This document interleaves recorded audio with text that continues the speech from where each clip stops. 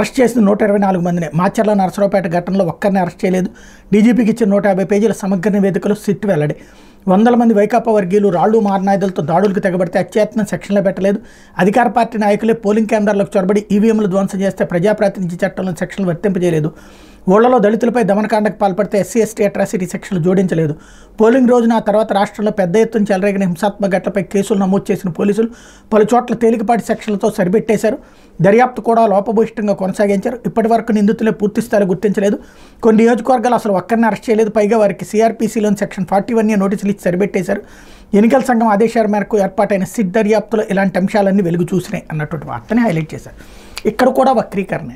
అక్కడ వైఎస్ఆర్ కాంగ్రెస్ పార్టీ అని చెప్పాల, ఇరు పార్టీలకి సంబంధించి అని చెప్పింది.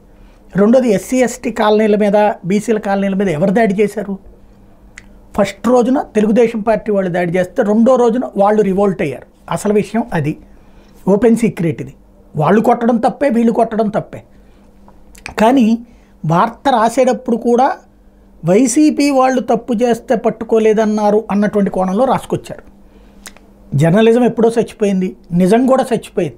నిన్న వాళ్ళు ఇచ్చిన నివేదిక ఇద్దరి గురించి రాశారు.